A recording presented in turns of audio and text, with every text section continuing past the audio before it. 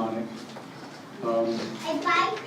There will be one more session after this, so this is the next to last one. The next session will be one that is a question and answer. And Randy has a sheet over there. It's being passed around. If we haven't answered your questions by the end of tonight, if you would please write your questions down or give them to Chris in the office, and she will funnel them to us, and we will try to answer your questions. If not, on the next time we meet, you can ask questions in person. I will take the easy questions, and Taylor and Sharon will take the hard questions. Taylor has agreed to Taylor has agreed to be up here and be vulnerable with us for the next session. So if you do have questions, let us know. What did I forget so far? Pardon? That's okay. You're good. Let me just begin by saying some people see the demonic everywhere, and some people don't believe that there is demonization. Now I'm going to use the word demonization. Sharon, tell us why we're going to use that word.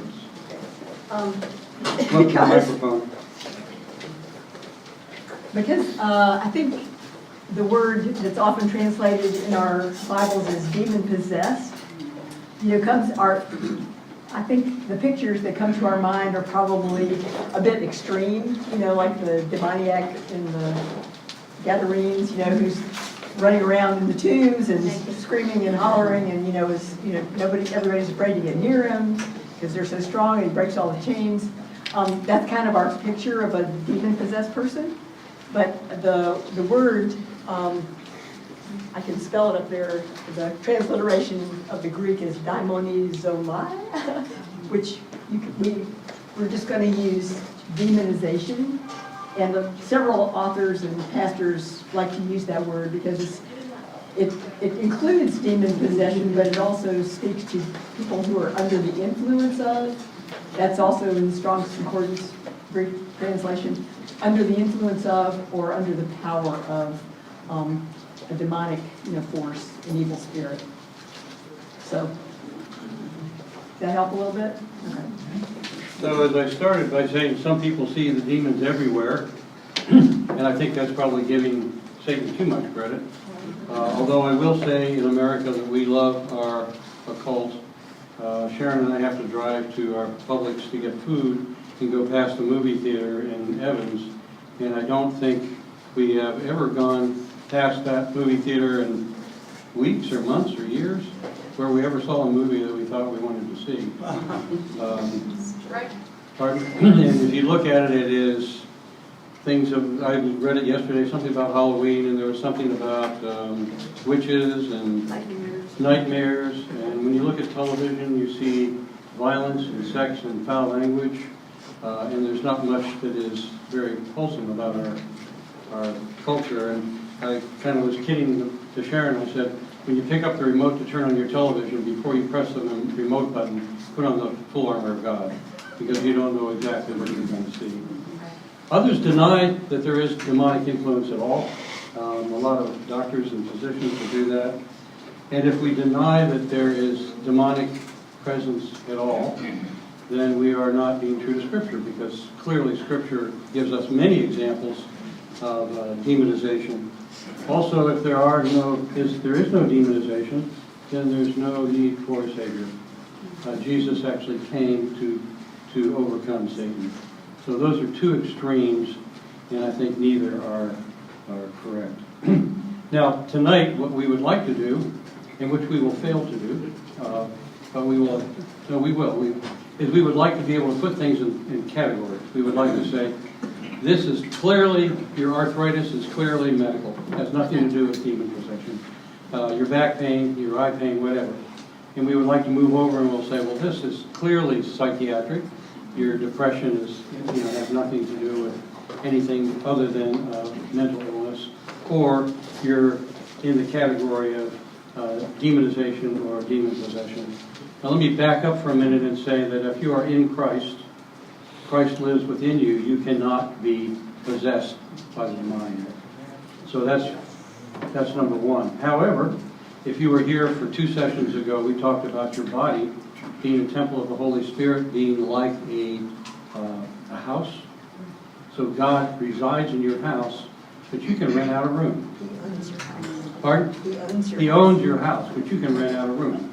So you can still be part of that process, although he cannot take your salvation away.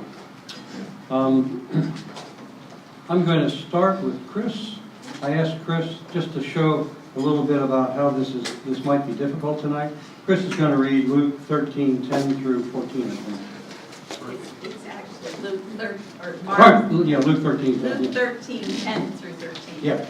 Now he was teaching in one of the synagogues on the Sabbath, and behold, there was a woman who had had a disabling spirit for 18 years. She was bent over and could not fully straighten herself. When Jesus saw her, he called her over and said to her, "Woman, you are freed from your disability." And he laid his hands on her, and immediately she was made straight, and she glorified God. Well, the reason I wanted to quote that is that, being a physician, if an older woman came in bent over to me, I'd look at her and say, "Ma'am, you have osteoporosis. Here's some vitamin D and some calcium. You need to get an X-ray of your back to see if there are any fractures, and see an orthopedic surgeon and get some physical therapy." And I would be wrong, would I not be? So sometimes the physical can appear to be physical, but it can be demon influence as well. Sharon, you want to talk to us about review of systems? We're going to go back and forth here a little bit. Yeah. I was just going to say that some of those translations say that this woman Satan held in bondage for those years. It's much more clear, where her problem came from. I think all of you, this is right in my face, all of you know that Ted and I have both been physicians, and most of you understand that your doctor wants to get the exact diagnosis. We don't want to, miss something. We do all these tests, ask all these questions, because we can treat your symptoms. If you've got pain, we can give you a whole different array of things for your pain. But if we don't understand what the source of the pain is, then we have no chance of actually treating you correctly and hopefully getting rid of it. And I think the same thing is what we're talking about tonight, as the many things that we look at could have many sources, and how do we get to the bottom of it? Because if we don't get to the bottom of it, you or someone else may have recurrences of whatever the symptom might be. And, again, we can sort of maybe treat it and help you along, but we want to get to the source so it can be cleared up once and for all.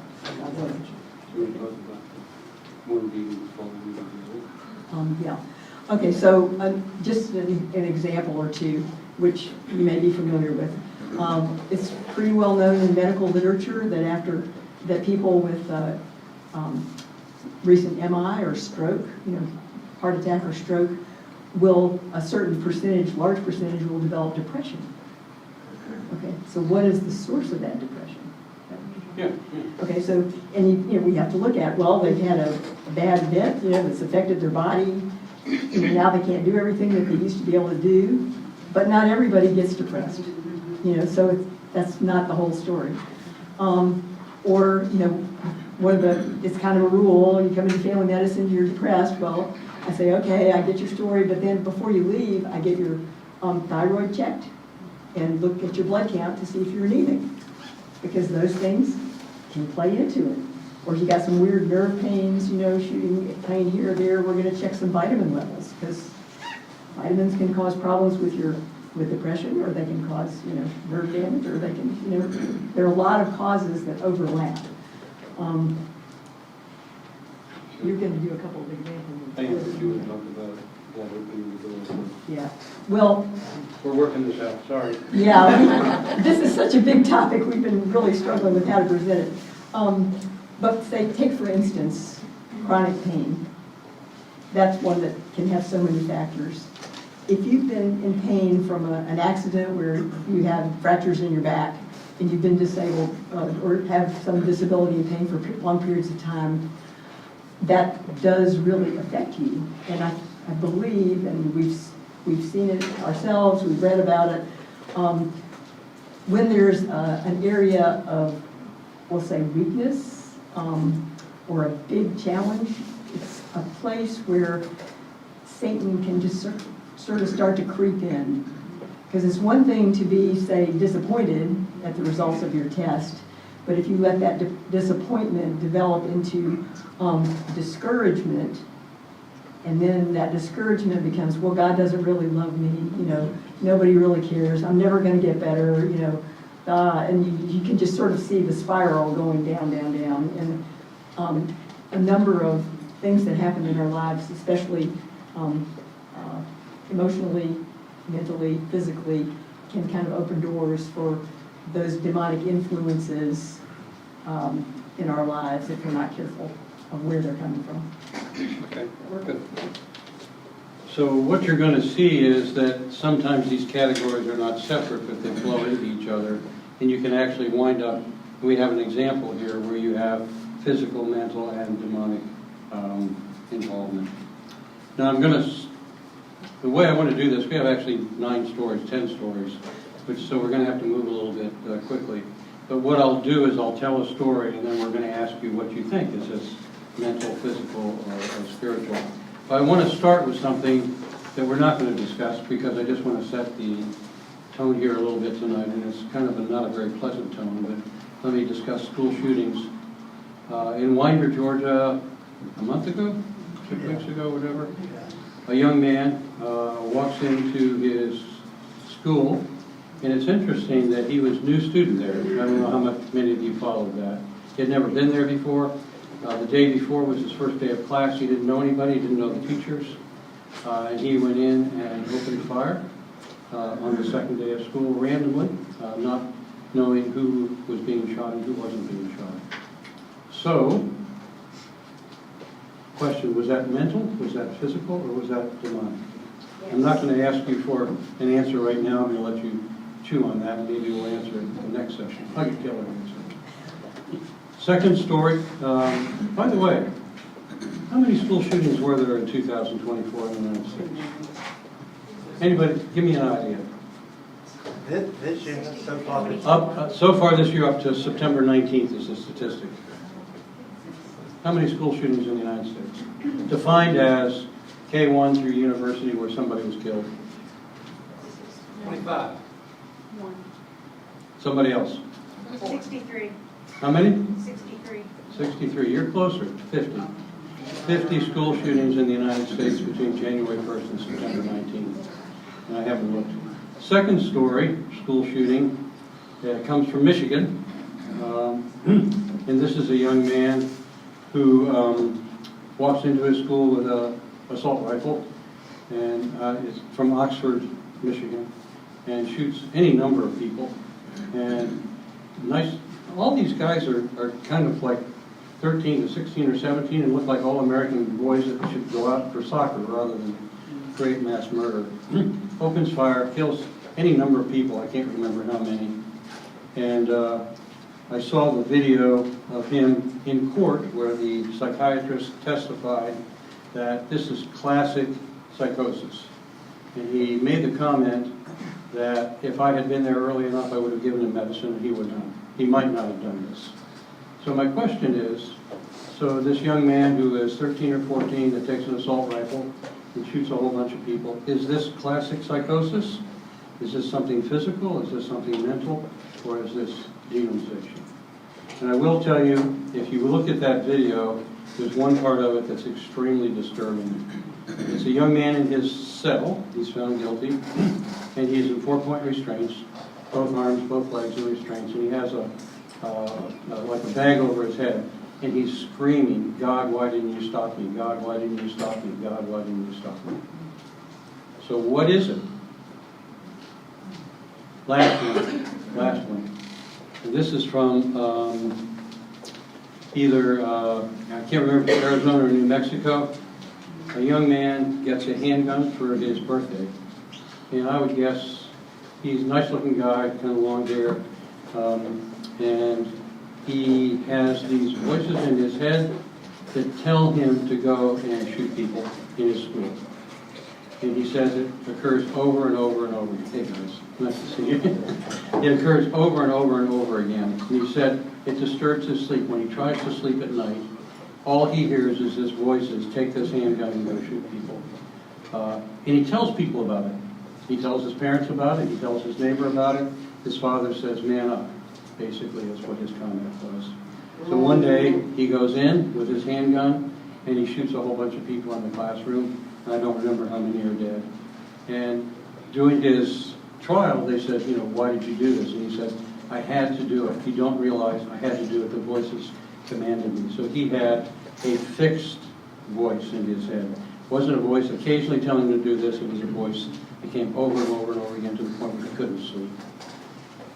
So, physical, mental, or spiritual. Now, we're going to start, all these stories are true, and I'm going to start with simple, and we'll go to complicated. So this is an easy one for you, hopefully. It happens to involve me, so I'm going to tell you my own story. Now this one we're going to discuss. So 5 or 6 years ago, I had heart surgery. And most of you know that because you prayed for me, and I really appreciate that. It was a complicated surgery, and I was in the ICU for 11 days. And my family surrounded me always. There was always somebody, either my wife or my kids, beside me. Poor Sharon was exhausted after a couple days, and my kids had to relieve her because she was there beside me the whole time. On day 8, and I remember this very well, I was lying in bed, had chest tubes in, had IVs, had central line in my neck. I couldn't move, was just lying there like this, looking up at the ceiling. And there's in the ICU and MCG, there is, I think, tile that's similar to this. And as I was looking up at the ceiling, there was a little black spot that occurred on one of the tiles. And my son was sitting beside me, and I looked at it, and finally, just after a while, his head came out of the tile. And it was a big black snake. And the snake came little by little down toward my bed. At which point my heart rate went up, my breathing went up, my blood pressure went up, and I was startled by this thing. And the more I looked at it, coming down, it looked like it was going to fall on the end of my bed. So I looked over and I said, Josh, that's my son. I said, Josh, the snake, get the snake before it comes on my bed. And Josh is reading a book over there, and he looks at me and says, Dad, there's no snake. I said, yes, there's a picture right there, it is. There's a snake coming down on my bed. Please, get it. And he said, Dad, there's no snake. And I said, are you sure? And I said, I can see this thing. And he said, Dad, there's no snake. And he said, turn over and go to sleep. Last thing I wanted to do. But I said, Josh, will you guarantee, and I trust my son with my life. I said, Josh, if that snake comes back, will you wake me up? And he said, Dad, if that snake is there and comes back, I will wake you up. And I turned over and went to sleep. And when I woke up, there was no snake. So, what do you think? Now this is where you chime in. Is this physical? Is it psychiatric, mental, or is it demonization? Drug-induced. Drug-induced, okay. Physical and mental. Physical and mental. Why is it physical? Well, first of all, you've had surgery, and the other thing is that, I think Ed was the one that said, they call it ER psychosis. No, I see. Well, I see psychosis. I had a friend of mine that came, he thought the travelers were trying to take him over. He thought what? I'm thinking, and your mind also was being impacted by either you were on the medicines you were taking, you were deprived of sleep, you had these lights on all the time, so that, I think those two things played into it. That's just my thought. Okay, any other thoughts? I was in ICU for a long time after a bad accident on morphine IV drip. And I had vivid hallucinations, visual and auditory, for weeks and weeks after that. So is this physical, mental, psychiatric, or demonization? Now, let me ask you a question. Is there a significance that it was a snake and not a raccoon or a mouse or an alligator or whatever? Are you afraid of snakes? Pardon? Are you afraid of snakes? No, not particularly. I was afraid of this snake. It was coming down on top of me on my bed. Wouldn't you be afraid? Well, you're pinned to it, and unable to move, yeah. Yeah. Right. I was also unable to protect myself. I couldn't pray, I couldn't read scripture. Right. Lying there worked out in my bed. So the answer is ICU psychosis is the name of it, and that is well known, well described. You're supposed to, if you do the DSM-5 category for acute psychosis, you're to treat it with antipsychotic medicines, which I didn't get, thankfully. The next day I woke up and I was fine, never saw the snake since. But I will tell you, even this moment, today, I can close my eyes and I can see that snake coming down on my bed. It looked as real as anything you would ever see. Any questions or thoughts? Well, you asked why snakes. I think that goes back to the garden. God, yeah. Well, I wonder that too. I don't know. It's enmity between us And I don't know if that, I was vulnerable, although I had my family around me that would pray, and I wondered if it wasn't a demonic attack that was averted because of the prayers of you all here and the prayers of my wife and my children. I don't know the answer to that. I don't know if it's a medical term, but it's one if sometimes you're in like this twilight sleep. When you go to, when I go to sleep or sleeping, sometimes I'm awake, but I'm not awake. And I'm kind of in this halfway. I kind of noticed it with my mom when she got older. She would say and do things, and my mom never lied, but it was like, Mom, that's not. That's not right, huh? Exactly true. Yeah, there was no snake in the room. There was none of this. But to her, it was true. And, you know, she was on in age and she was going down physically. And so I'm like I said, I don't know if it's, you know, that half dream world or, you know, like you're, because we do dream. Yep. And sometimes our dreams, can be real at that moment that this is happening. And where something is happening and you kick. Yeah. I've had that, you know, like defense, but then you wake up and say, oh, I was dreaming. So how would you treat me?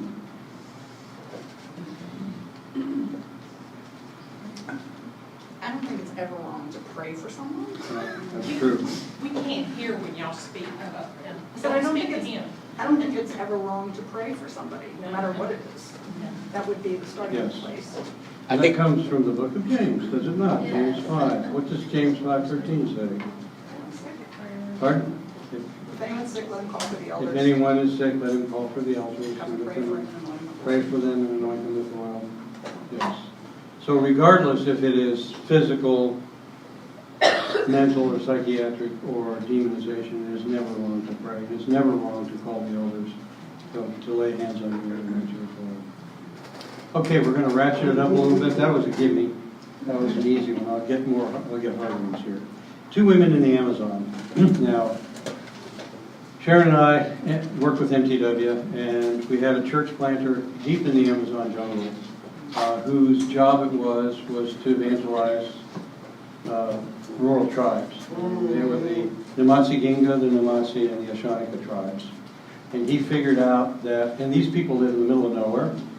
It takes days to get there. We've actually even flown in on planes, and they dropped us down in landing strips where it was too remote to get in. And early on he found out, since they had no medical care and no contact with the outside, that if they brought in an MTW medical team, that these rural tribes would be very welcoming, and he opened more to have him visit and evangelization. What actually happened is once we took our first team into the jungle, we got invitations from multiple tribes and areas to go back with medical teams, and they treated us very well. Now, these are really remote people. It takes days to get in there. They have their own language. They have their own culture. They're animists. They're not Christian. I would say almost all of them never have heard a Christian message in their life, and our job was to open that tribe up for evangelization. And I'll tell you a little story, then I'm going to give it to Sharon. I remember one of the first trips we made into the Amazon jungle. We were greeted very nicely by the tribe. The chief of the tribe came up and greeted us and told us that there's going to be a feast that night for us. And one of the hunters went out in the jungle and shot this, whatever it was, I don't know what it was. It was a thing that resembled a pig, maybe it was a wild boar. I don't know, it had tusks and big teeth, and they killed it and hung it upside down in the middle of the village. And that was our dinner for that night. And they cooked it, and they had all of us, there were maybe 15 or 20 of us on the medical team, doctors and nurses from MCG, and they cooked it into a stew. And what happened is we sat in a circle, and they gave us the stew. And the men looked like they were reasonably well, nutritionally reasonably well, but the women and children looked starving. Women were little sticks and, whatever, and the children looked awful. They looked like they hadn't had any protein for I don't know how long. So they handed us these bowls of stew, and and I felt bad because we were all well nourished. I'm a little too well nourished, and I didn't need the protein, but the kids did. So I finally figured out, and Sharon remembers this, that if I took my bowl and put my finger in it and grabbed a nice piece of meat, if I took it like this and pretended I was going to eat it, but dropped my hand behind me, whoop, the meat would be gone. And we did that for a while. But Sharon, that's just a little interesting story. So Sharon, come tell us about the two women in the Amazon.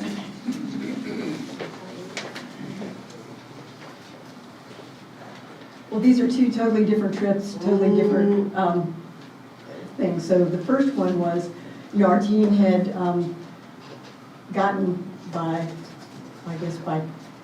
hook or crook into one of these villages, and it was like our very first day out. And we'd arrived in a country and then gotten transportation to the town nearby, and then it was the next night. So we're in the village.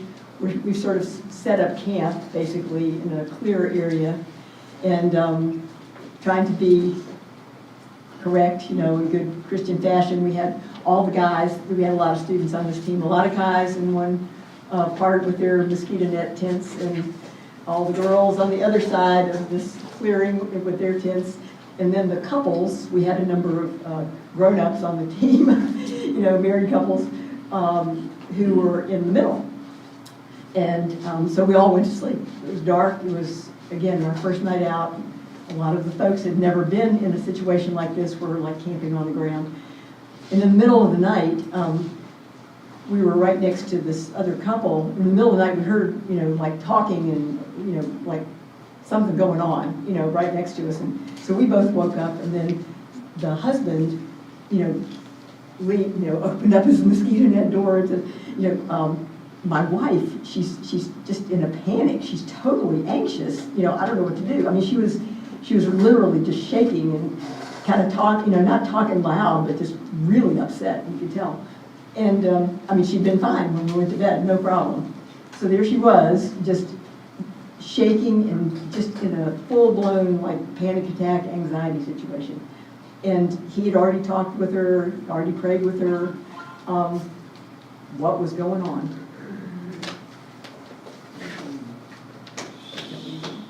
I'm going to say, well, number one, we're in the middle of the Amazon jungle, so if you've never slept in the Amazon jungle, I guess you'd be a little nervous. But this was a very mature Christian woman, a very mature Christian couple who were not likely to be afraid. So, what do you think? Middle of the night, and she's totally afraid? Was there any light at all? Or was Any the light? darkness, was the darkness total? It was pretty total. There's no electricity. Stars or... Yeah, there were some stars. It was dark though. It was dark. But then when this happened, of course, the flashlight comes on right away, to help us sort things out. Yes. So, are we looking at something that is physical, mental, or demonic? Now, these are animistic tribes. They're primitive, but they're also very kind to us. And they're, Sharon and I didn't think they're any threat, but we sleep in the Amazon all the time. So, were they warned ahead of time about dangers in the area? you mean like animals and stuff? Yeah. I don't know. Did we warn? Probably. Probably, I mean, I don't know. I mean, most of these villages, I They don't were know. prepared for camping out. They were knew we were prepared gonna for be out. Yeah, I mean, And you know, actually, there were people all around, Yes, this surrounding this particular, I couple. mean, that they happened to be sort of in the middle of the group. so, I don't know what the dangers are either, anyway, because, yes, Did she show any anxiety ahead of time? I would say no. No, she's No. never, to my knowledge, I knew her fairly well, been an anxious person. I mean, so like on Tuesday, you're sleeping in your house in Augusta, and on Friday morning, you're 2 o'clock in the morning, you're in the middle of the Amazon jungle sleeping on the ground. So, I mean, there is some There's that. discomfort. This was very unusual. Pardon? And jet lag. Well, we were in the same time zone. Yeah, Amazon. you just straighten Yeah, out. straight down. Good, that's a good thought, too. A loss of control emotionally. She had no control of anything around her. We can't hear. A loss of control, just being in the totally, even though you're normally a stable, ordinary person, all of a sudden you're in a place where it's totally different and, you're not really in control and it's not familiar. But That's a but good thought. there had been some sort of preparation. Oh, we prepare our teams. Yeah, we did. We did. There's always meetings ahead of time where we prepare them and say, we're going to be in the jungle and whatever. So they weren't shocked by the conditions. They knew what they were doing. They knew what they were getting into. And her husband, who was also very mature, was beside her and was not the least bit afraid. That's easy to Yeah. say. If you took me, I would have an anxiety attack. But you already know you would do that. But the difference is, you would have come to our house ahead of time and we would have told you where you were going to be and you'd say, that's not for me. Yeah. I mean, it sounds like it could be any number of things. It could be something physical as far as like an insect bite, whatever makes you go, you want to say mentally not well. It could be the food she ate, again, reacting to her body. She's not used to it, not well. Could be demonic because maybe it's a premonition. God's trying to warn her of something that's going to happen in the tribe and she's anxious about it. So I'm curious for you to tell me what it was, because I feel like I need more information. You all want to, what would you do about it first? Did you talked to her? And Oh, she absolutely. She was responded. lying 3 feet away from me. Yeah. Sharon and I were here, and her husband and her were beside us. And so So what- it was just our mosquito nets that separated us. And what did she say? What? She just was wild, I think. I can't quite remember exactly what all, I mean, she was in her right mind. She wasn't, not in her right mind. We did talk, we asked her a bunch of questions, of course, like kind of what you all are saying. And, we weren't getting the answer to the problem, and we prayed. I think her husband had already prayed with her, and we prayed with her. And then we're thinking about this. What else could it be if we're like 1 or 2 days out? Yeah. Okay, well, we're in a malaria zone, okay? And it wasn't the insect bite of malaria, but that was a good thought. Good thought. But she was on methylquine, which is a medication to prevent malaria, and it does have side effects. And that is one of the possible I've side effects. experienced this. You've had side effects of methylquine too. Methylquine dreams. Yes, Yeah, methylquine dreams. so, as we kind of ruled out a bunch of other stuff, and it was so, unusual for her, and and we, so then we could say it's going to take a little while to wear off, and we prayed, and she was better, reassured. I think not knowing what it was part of the problem. That's true. You always feel better when you know something. Yeah. So then with the reassurance, she was eventually able to, she was calmer, and then over the next couple of days, as the medicine went out of her system, she was better and fine. Never had any other problems as far as I know, even though we were still in the jungle for 2 weeks. So not demonic at all, just a In this case. reaction to a medicine. We did pray for her. Okay, second case. Second woman in the Amazon. Do you want me to set it up? No, you set it up. Okay. So another village that we had to actually fly into. We are really out in there. We had been to this place before, a couple of years before. So we knew the villagers. There were a few believers there. They were really looking forward to our coming. They'd actually prepared a little wooden structure for as many as could to sleep in. They'd even fixed up a latrine for us. They were very sweet people. And, you know, as we got there, we had been talking to the missionary, and he said, well, it's going to be a little different because some chief of the tribe, one of the tribal groups has sold off a bunch of their trees. So they're loggers in this community. So there were guys in the logging industry, not too many of them, but I don't know, 5 or 6 or something, and they had their little camp, away from the village, but just not that far away. So we've been working our first night in this particular village. The arrangement was supposed to be that it was a big team, pretty big team. So we had all the women were going to sleep in this nice wooden structure. They had a door and a roof and wooden walls and a wooden floor. The men were going to sleep in kind of what looked like a picnic pavilion, so they had a roof over their heads in case it rained. And the village, they always have guards. They have these really antique rifles, and 1 or 2 village guys keep walking the periphery. They were going to do that for us all night, just to be sure we were okay. So all the girls, we all piled into the hut and lay out our sleeping stuff. Everybody's fine. The missionary wife is with us. The missionary husband's with them. She has her big black dog with her, and a walkie-talkie. So that even though we can holler down to the men, she has a little walkie-talkie in case we need something quick.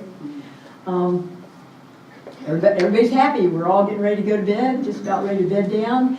And all of a sudden, one of the girls just jumps up and she says, "This isn't right. I can't stay here. I can't sleep. I just can't. Go call Dr. Coon. Call Dr. Coon. This is not working." And she was having a panic attack, and we could hardly, we were talking to her, said, but, we've got the dog here, we got the missionary wife, you got 15 other women around you, you think, and we got walls and everybody's guarding. We went through the whole thing. And she was uncontrolled, and we said, okay, so we'll call Ted. And so Ted comes up, and her husband's with her on the trip, but he's with the guys. So we said, okay. Ted discusses it with her, and we're all talking, trying to calm her down. She's, how about, your husband come up and just, we'll bend the rules, everybody agreed, yes, let him stay right there with her, it ought to be okay. So she took a couple breaths and said, yeah, okay, well, maybe we'll try that. And we prayed for her and hoped everything would go. So she settled down for a few minutes. Ted left, and I think within 5 minutes, it all happened all over again. She just was wild. With her husband and this again, this is a person that we know who's never done anything like this before.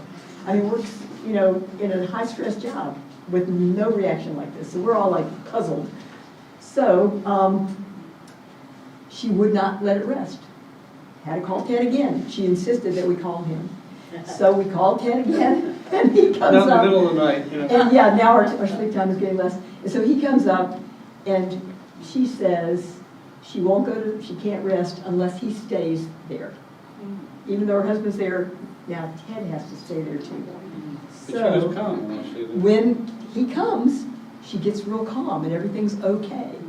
So Ted says, okay, I'll sleep in the door. So he's going to sleep in the door of the hut. She relaxes immediately. And Ted has to sleep in the door with all these women next to the dog. With the dog, who's stuck with me, and I'm curled up like this. Anyway, I'm going to ask you what you think, but let me just tell the men, do you have any clue whatsoever how many times 14 men go out to pee in the middle of the night? And how you have to go into the jungle with them? How you have to walk into the jungle with them and stand there and look the other way? I would guess less than the men. Possibly. Okay, so what would you do? I'm sleeping in the door. At that point, my log that I was sleeping on down the hill sounded pretty good, but I was going to sleep in the door. What do you think, and what do you want to do? I would say mental, and you were the Authority. authority figure. Thank you. The one in charge. Yep. I agree, because it is demonic, it would continue. Say that? Say again? If it was demonic, wouldn't it continue no matter what? Well, when I went up into the women's hut, I had to crawl over a bunch of these women in sleeping bags to get to her because she was over on the side. She completely calmed down. And she was back to she was a young doctor that I knew well. And this was her first trip to the Amazon. Yeah. Yeah. But she had traveled else, but she had traveled with us before somewhere else I can't remember without problem. Were drugs an issue, like methylphen or? I'm sure we were on malaria medicines. It was, She she had been on, continued on that? she had been on it before. She'd been I don't on it remember, before, I but think, in our prior trip, I'm sure she had it as well, But it seems without to have problem. been connected with you. Yeah. Now, this is a young woman who does emergency medicine at MCG. And this is Years people ago. that, come in all the time. Gunshots and stabs, automobile stabs, accidents yeah. and whatever. And she has never showed any sign of anxiety or anything before. Sounds That's like someone familiar and clinical. Yeah. Sounds like someone who's just really tired. You didn't get that?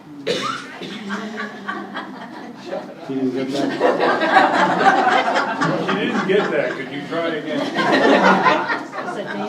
A demon in his Yeah, heart. that's right. I would say, did she get better over time? Did y'all change the medicines or? Well, she was better all night when I was there. And I didn't get any sleep, and I had to get up and see patients in the morning, but she was better while I was there. And then, you want to finish the story? Yeah, I think so. Okay. Are you all, anyone else want to chime in before? No? Yeah. A little bit, yeah. Okay, just, we have a dear friend who is a clinical psychologist, also pastor, and he said every behavior has a reason, even no matter how weird or bizarre it seems to be. And so, I will say, we figured out how to treat the symptom on this one, Ted's being there, continuing in prayer for her, and we stayed in that village for a while longer, and everything was fine. Yeah. No, I didn't sleep in the door again. Oh, okay, I can't remember, I don't know. But things got better, and, she got better, but when we, later on, a long time later, we found out that she had had an assault in the past. And we never got to ask her, but our suspicion is that something in that environmental situation, probably the loggers being down the road, just really triggered her anxiety. And, unfortunately, we didn't get to help her deal with that. We did pray a lot, but it didn't ding in our heads at that point in time that there might be another cause. And she was young, and her husband was young. Yeah. And so you were like her father. I think I was the leader of the team, but I was also the spiritual authority. Father. Yeah, the elder. So I would say that was not physical like methylphen, Right. and I don't think it was demonization. I think it was clearly reaction to her PTSD. I think from her assaults before. Now, do you want to do Charles Spurgeon? You're up next again. Oh, okay. I'm going to take all the easy things and give the hard ones to Charles. We're going to talk about Charles Spurgeon. And since he lived in the 1880s, I'm old, but maybe not that old, so we're going to have to, Sharon? I wish I knew more about his life, Spurgeon, but apparently he did have episodes of depression and other things, that we would call real mental health challenges. Now, most of you know he was an incredible preacher who preached to thousands and thousands of people. He started off when he was very young, left the countryside, went to England, London. Yeah, sorry, London. He was already in England. And he loved the countryside. There's comments of his early life, like how the noise and the crowding and the, dirt of London was very stressful for him, throughout his career, and periodically he had to get away. But, he became more and more famous, and there's many instances that we could note, but there's one, a quote that he, that I came upon, and later in his life as a preacher, when things were so well, the quote is basically, God, you have lifted me up, with such renown, and so forth, but you've given me a thorn, and the phrase is, the blackness, I can hardly endure it. So every now and then, I don't know how often, I'm trying to find that source, just this incredible blackness descended upon his soul. We can only, my question is, where did it come from? Yeah, the fiery darts of the wicked one. Yes, so, he had an average attendance of 10,000 at his church services in the morning, and he preached at 24,000. This is without augmentation of his voice. 24,000. He wrote books and created all kinds of things all over London and all over England. So, blackness came over him, darkness came over him. And it came over him so much that he had to leave the pulpit. He would go away on retreat for months at a time. So, physical, mental. And he also had a lot of physical problems, I didn't mention. He did. He had physical problems. As he got Is it older. physical, or is it mental, or is it spiritual? Well, eating English cooking your whole life. Is what now? Eating English cooking your whole life. I like English cooking. What were his issues? Y'all said that throughout his life, he struggled with something. He didn't like London. He came from the far outreaches of apparently a small farming community, and he always wanted to go back. So he didn't like being in London, but he felt God had called him to be there. And he had some physical issues. He had gout and he had kidney failure. Are those things known to be associated with? No, not mental, but certainly would be uncomfortable. Yeah. But lack of sleep can cause that. You're just depressed. Diet, I wasn't joking entirely. Diet, yeah, that's true. I think it is common that a lot of times people suffer that God uses, and they may not know why. I'm thinking of Mother Teresa. She suffered, and gave her life for the poor in Calcutta, and times felt alone and, didn't feel the presence of Jesus like she thought she would, and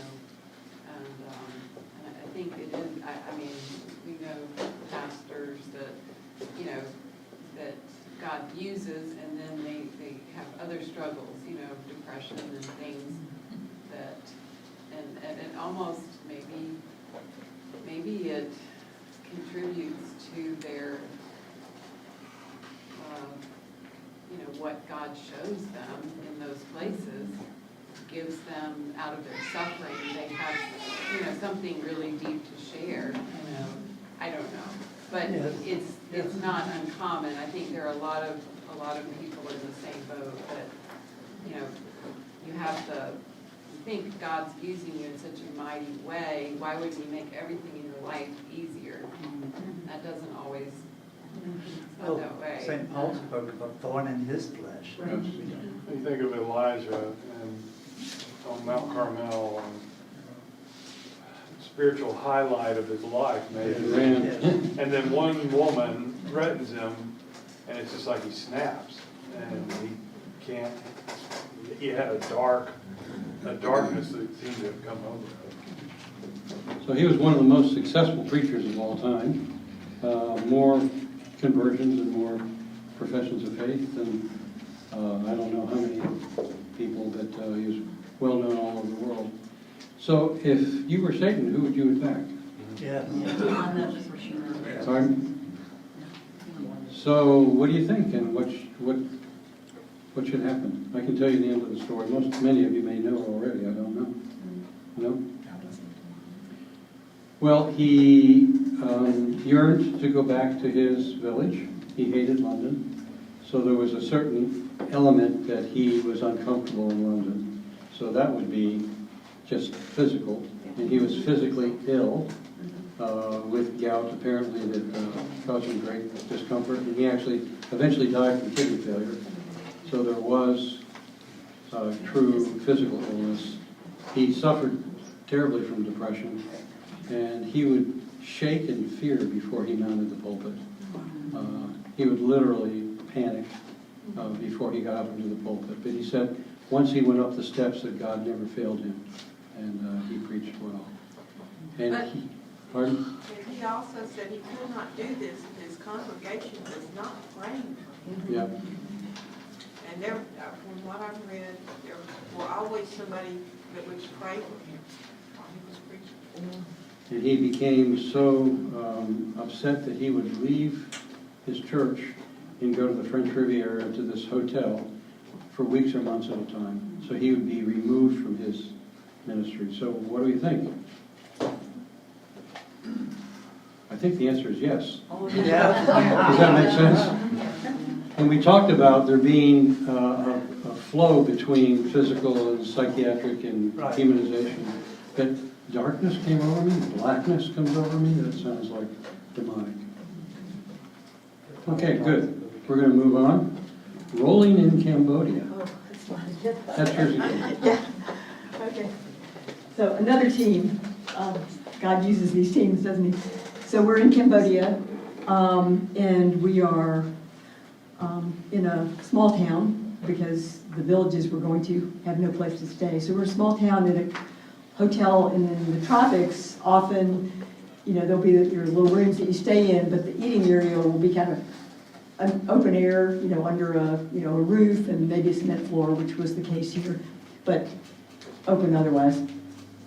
So it was an odd time of day. I think it was, you know, after everybody had had breakfast, but before lunch, and for some reason or other, I was walking through the dining area.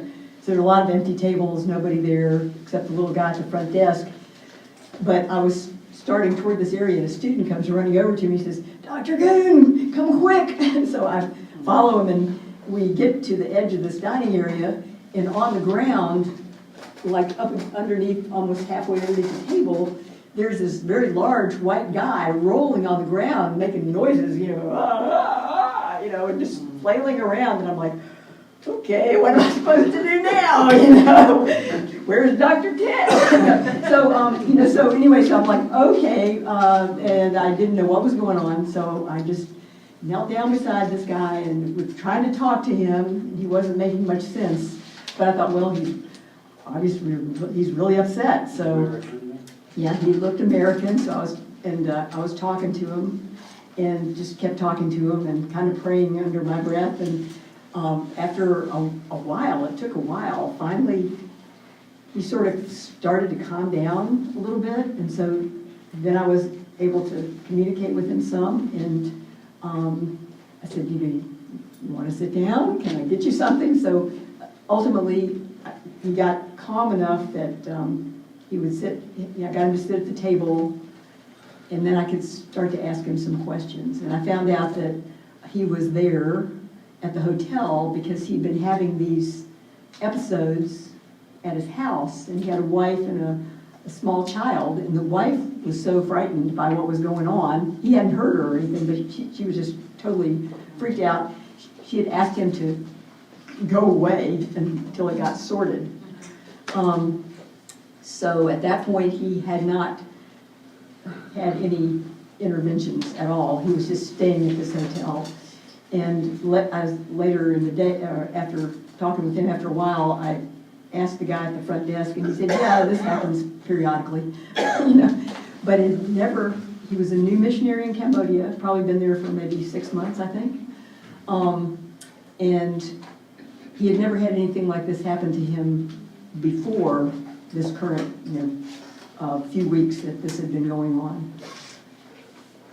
But when you said that the person at the hotel said that happens frequently, do you mean with that man or Yeah. with lots of other With that man. That man. Yeah, and they didn't seem to be too disturbed by it, But but it it wasn't a seizure activity, No. that's not what you saw. No. And after, talking with him just talking to him for a while, trying to calm him down and praying for him and not knowing what else to do, he eventually, when he kind of slowed down and sat up, he was totally in his right mind and able to answer questions. But he had never harmed either himself or anybody else No. physically. No. And the people at the hotel just sort of took it in stride, Yeah. so they'd Yeah. seen it before. Yeah, he comes and rolls around on the floor from time to time. Right. After an hour, he's okay, he gets up and goes to work. What was he saying? I What was he can't saying? remember.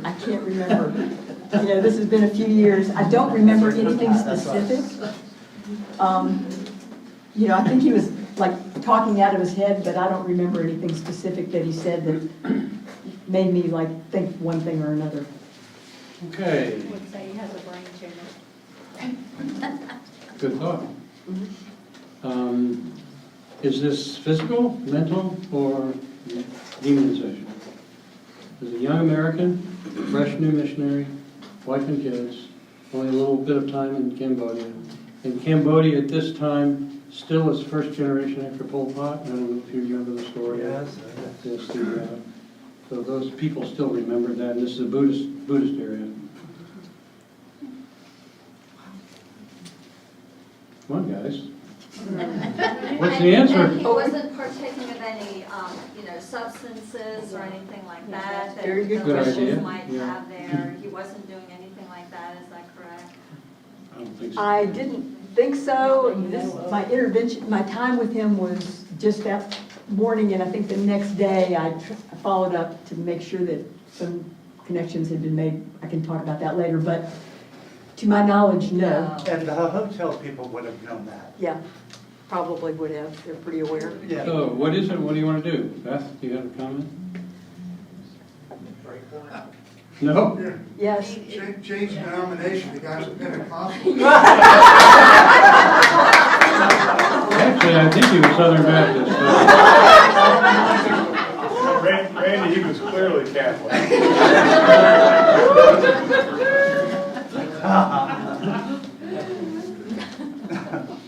Parasites in the food? It does, it seems like it could be demonic. Yeah, but the wife would have eaten the same food probably, Oh, the yeah, children. Yeah. Yep. So it could be demonic, yeah. He was really young. 30s? No, 30s probably, yeah. Because the 30s. child, I think, was about 7. I was gonna say, culture shock Well- can give you mental issues. When he went to this hospital or whatever, like, how long was he staying there? Did he have like a premonition this was gonna happen, so he went to the hospital and then had the Well, episode? this No, is he an wasn't in a hospital. hospital. He was in a hotel. In a hotel on the floor, yeah. Okay, so he checked himself in a hotel that he was just at indefinitely? His wife told him to go His check wife, him. yeah. His wife told him to get out of the house, basically, because she was And afraid he just of stayed him. at the hotel indefinitely? Well, he was there for a couple of weeks. They were trying, I don't know what they were trying to do, but I think they tried to make contact with their organization, but they didn't have anyone else in the country. So I said to him as the day went on and he was in better shape, I said, you really need to see somebody Yeah. and get some more information here, get checked out with a doctor and a psychologist. We could check him out, but it turned out that the next day contact was made with his mission board, and I talked to the person who I guess was their member care person, and kind of gave them what I knew of the situation. And then he was doing likewise, and the wife was doing likewise. And so within a day or two, he was going to be, he moved on to hopefully get some more care for whatever it was that was causing his problems. Yeah. So I think, So I did try to follow up and make sure he got taken care of. on I some think if level. I could move on a little bit here, is that he needed a really good physical exam. He needed to make sure there was No brain tumor. no brain tumor or hydrocephalus. It could have caused that. But I think this is most likely demonization. It's a new missionary that did not know how to protect himself in a Buddhist environment where there had been genocide Yes. just a short while before, and still people remember the genocide. But we don't know for sure. We're running out of time. I've got 3 more stories. Should I go ahead, or do you want to Yeah, that is, yes. Or we can do. change in the lottie form? Okay. Yes? Yes. Keep going. Change in the lottie form. You've heard this. So Can we turn the lights down? And build a sign. Build a sign.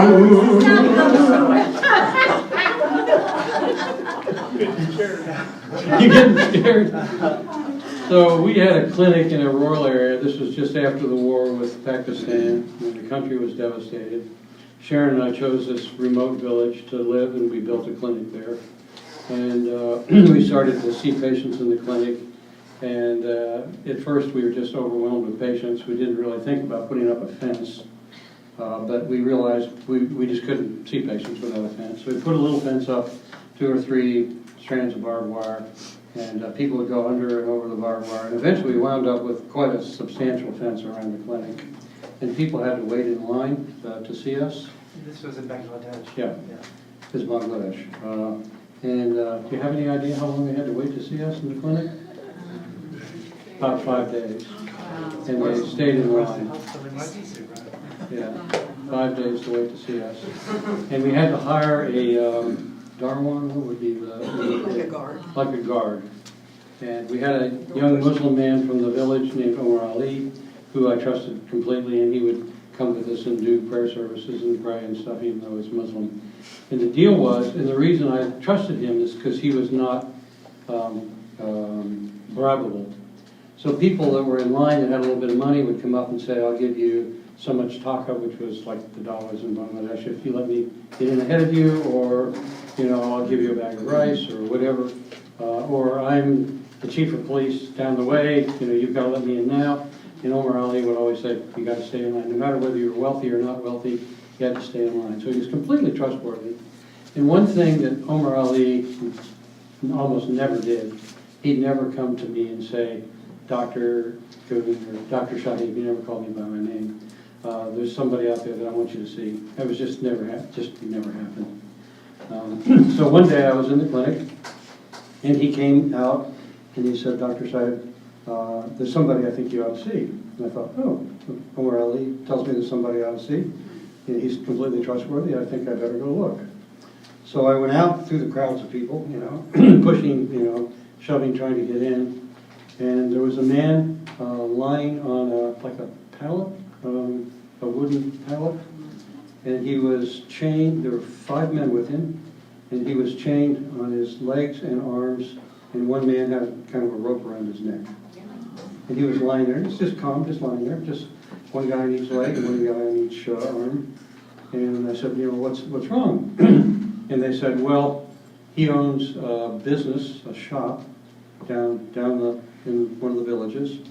And he was a normal guy until recently. And all of a sudden, he started going around at nighttime and yelling and shouting and threatening people in the village. And he said we couldn't do anything about it. And then later on, he started doing it in the day as well. So he would go wild and yell and shout at people and threaten them. And we had to chain him to the tree. So we asked, we said, well, let's bring him to the clinic to see what they can do. So here's a guy just lying there, just looking normal, chained, looking fairly healthy, but still, I'm thinking, oh, this is really bizarre. So I said, well, bring him in and put him on my exam table. So we had exam tables in a row, and they brought him in and they chained him to the table. So we had chains on each, and this is a mahogany table. These mahogany tables are weigh 200 pounds. I mean, they're not going to fall over, because mahogany is very common in the tropics. And I think, okay, what am I going to do? I'm going to continue seeing the patients that are in line because we promised to see them, so I'm going to see them. And after I see the patients that are already here that I promised to see, I'll go in and see him. So I finished my patients, and it was time to go in and see him. And I walked into the room, not completely into the room, into the door of the room. So there was space between maybe me and Jean, maybe. What would that be, 10 feet? Something like that. And he became agitated, started screaming. And he said, get away from me, Ted, you Jesus lover. In English. In English, not in Bangla. And at that point, there were a couple people in the area that spoke English, because they had been older and they knew it from the British times. But one thing Bengalis never do, never, they never call you by your first name. I was always Dr. Shahib or Doctor. They didn't even know your first name. Pardon? Most of them. The Our people, staff the didn't know. Bengalis did not know my first name. They had a nickname for me, which was Coffee Knock, which was mean coffee nose, because I'd always have my coffee cup with me. But they'd never say that in front of me, and none of the staff would ever call me by my first name. They used the honorific. So here's a guy chained going berserk in front of me and speaking English, which a village person in Bangladesh would never do, and calling me by my first name. I'm thinking, whoa, what am I going to do here? So I back away and think, well, let's give it some time. I need to go in and do an exam on him. So I go back 5 minutes later, 10 minutes, same thing happens. Just, you know, Ted, get away from me. You know, you God lover, you Jesus lover, get away from me. I'm thinking, okay, this is interesting. Not my normal patient. So I did that 2 or 3 times, realized I wasn't going to get an exam. No way I could get in there without me getting hurt or somebody getting hurt. And he was still shackled there. And I figured, well, I'm not going to get an exam. What can I do? James 5. I'm thinking, well, I can pray for him. That's about the only thing I can do. And I figured, I can't even win the exam room. So we called the staff of the hospital, and there were maybe 20 of us, maybe? Bengalis mostly, some American missionaries and Bengalis. And we formed a circle around my exam room and prayed for him. Nothing seemed to happen. We prayed a nice prayer. A couple people prayed. I couldn't lay my hands on him or do anything. Couldn't even go in. And that was it. And I said, take him home. So, what do you think? Could you have sedated him somehow to do the exam? We could have perhaps, but I don't know that we really had sedatives, and we had one Thorazine pill, or one Yeah, that's all we chlorpromazine, had, yeah. which I did eventually get to, and one of his friends gave him the pill and he swallowed it. It was no use to me at that point. So there goes the guy out the gate with chains on. What do you think? Demonic. Yeah. Why demonic? Because he spoke a language that maybe he had studied. I don't know if he studied English, but he spoke a language they did not normally use. No, nobody, I mean, occasionally some of the intelligentsia, the well-educated people could speak some English back This then, was but a shopkeeper. a shopkeeper in the village, no. And he addressed you by your Christian name. By my name, yeah. And Called me and- Jesus lover. Recognize the Holy Spirit in you. Yeah. So he was it sounds like the Book of Acts. Sounds like what? The Book of Acts. Yeah, you do. Because he had knowledge that he Yeah. did not possess. And like the girl who followed after Paul or whatever, you know, they were making, and what she said was true, and what he said was true. You're a Jesus lover, you know.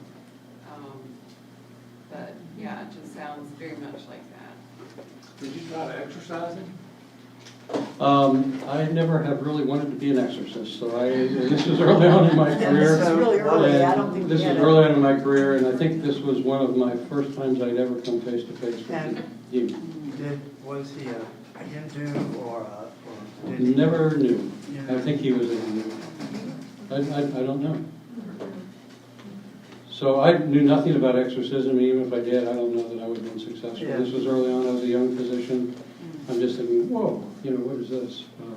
And we've had encounters since then, and I'm a little bit better prepared now than I was back then, but not then. So we sent him home, and of course, the answer is I never knew what happened. No, that's not what happened. 2 years went by. We're still seeing patients in the same place. Omar Ali comes back and says, Dr. Kuhn, Dr. Shahid, not Dr. Kuhn, Dr. Shahid, there's a man out here that wants you to sign a paper. I said, a man that wants me to sign a paper? I'm a doctor, we're seeing patients, what paper do I need to sign? And he said something like, well, you have to go out and see for yourself, I don't know. So I go out to the crowds. Omar Ali never tells me to go out unless there's some good reason. I go out to see in the crowds. And there's a very pleasantly dressed young man in nice clothes, portioned. And he said, will you sign this paper for me? And I said, well, I don't know, what is the paper? He says, it's a legal document that I can have my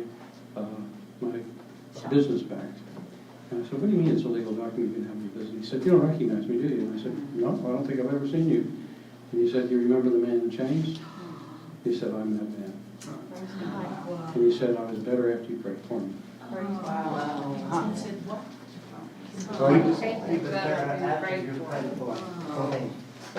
So I think that was my first encounter with the real demon. Sharon, you have something to say about demon possession? Yes, you do. You want to, what we talked about today? Let's see, well, yeah.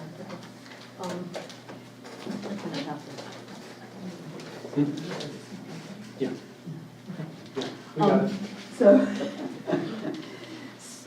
I guess what I want to share with you is something that, you know, from all that we have been reading, studying, experiencing over the many years is this young man was probably the exception to what we normally see.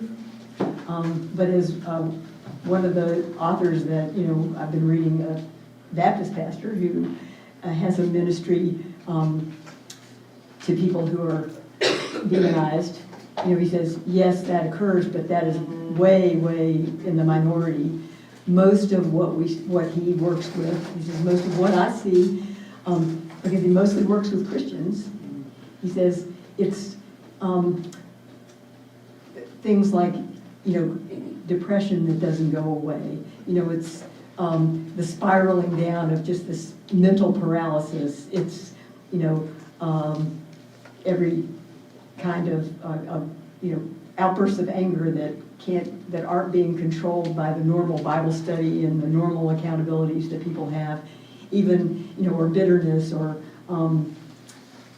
anxieties, you know, fears that are irrational and uncontrollable, that despite all good attempts by the normal means that we as believers do of regular prayer and regular Bible study, they're just not being controlled. You got a symptom, but you don't have the source yet, you know, and that those are the more common things that he sees. I mean, obviously addictions as well, desire, intrusive thoughts that keep telling you to hurt yourself or someone else. These kind of things are the more common, even to the point of where you just have this terrible sense of, you know, that you're not worth anything, you know, you're just worthless and you're just isolated and no one cares. Even and these are believers we're talking about. You know, these are the kind of things that he deals with where the demonic influences are affecting those of us you might say are more normal, you know, and not in this extreme situation. So, I would also have to say that if somebody wants to kill themselves or kill somebody else, that is against Scripture, and you should, something should pop into your mind that this needs to be dealt with spiritually. I think I'm going to skip Mr. Grumpy. It's a great story, but I don't have time for it. But I want to end with the story of grace. We're in and Sharon's going to give me a story. We're in a rural village. It seems to be we're always in rural villages. In Bangladesh, in southern Bangladesh, in an area that we had never been in before. And we're in a town called Gola Chipa. Now, Gola Chipa is an interesting name because it means hanging in Bangla. So who would name their town hanging? But go ahead, you take over. You finish. So this is a little bit bigger town, and the team is, we're on our way from point A to point B. I think we're on our way to clinic from the place we were staying. We were staying in a hotel type situation. And we're walking down the little dusty road of the town to get to our clinic site. And leaned up against the side of a building on this dusty road, there's this little weazened up black woman in it probably was a black shari, you know, kind of up over her head, and she's just kind of sitting there, and there are children throwing mud balls at her, you know, as we go by, you know, and we're thinking, this is terrible, you know, and they're just, this poor little lady, she's just sitting there, and these kids, and so of course, you know, Ted goes over right away, all right, you guys, in Bengali, he tells them that they better get out of there and quit bothering that poor little lady. So then we go on to clinic. you know, not knowing why she's sitting there or anything. Well, when we come back in the evening, she's still there and hasn't moved, not at all, not moved. She's very, very thin, you know, her hair is just all matted under her shari, you know, gray hair matted up under her shari. So we think, oh, we got to do something. Something is not right. So we went over to her. We tried to talk to her in Bengali. In case she didn't understand us, we had, you know, some of our Bengali friends try to talk with her. We tried English, you know, we tried a couple of other languages, and, you know, nothing. No sign of any understanding at all from her. And she barely moved. So we realized that, you know, number one, she looked like she was probably starving, very unkempt, and we need to do something. So we... I thought she was from another tribe, didn't we? Well, no, we never knew. We assumed she was maybe from another tribal group, but we didn't know how she got there. And we asked the people in the vicinity, and nobody seemed to have any idea who she was or what her situation was. So we somehow supported her and took her back to where we were staying and tried to give her some food and so forth. And in the morning, we took her to the clinic and just kept talking to her, you know, and just kept trying to feed her a little food and keep her away from the mean children in the market, you know. And after a day or two, the girls on the team finally found a little area where we could clean her up and give her a bath, because we didn't, you know, kind of check her. I mean, she was all kind of stiff and hard, I mean, very frozen, yeah. And so they managed to give her a bath. We got her some clean clothes. You know, her hair was, they spent hours trying to unmat her hair. And in Bangladesh, if you are looking like her with your hair wild and inappropriate clothing and so forth, they call you pagal, which means crazy. And in Bangladesh, the crazy people usually are not fully dressed and their hair is all wild and they just kind of wander around. So they were calling her pagal. So we got her all cleaned up. She stayed with us the whole time that we were there. She never spoke. We could, you know, she never indicated that she understood what we were saying or doing. She did eat a little bit, and that was good. Before we left, we talked with a couple of the neighbors around the clinic who were involved in what we were doing, and we got assent for one of them to, they said that she can stay in our yard, and we have a little outbuilding. She can stay there, and we'll make sure she's fed, because we had to leave, you know. And one other thing happened, two other things happened. Well, we wanted to call her something, you know, not just, you know, Hey you, yeah. Hey you, yeah. So we asked the students well, actually, they came up with it. Somebody said, let's call her Grace.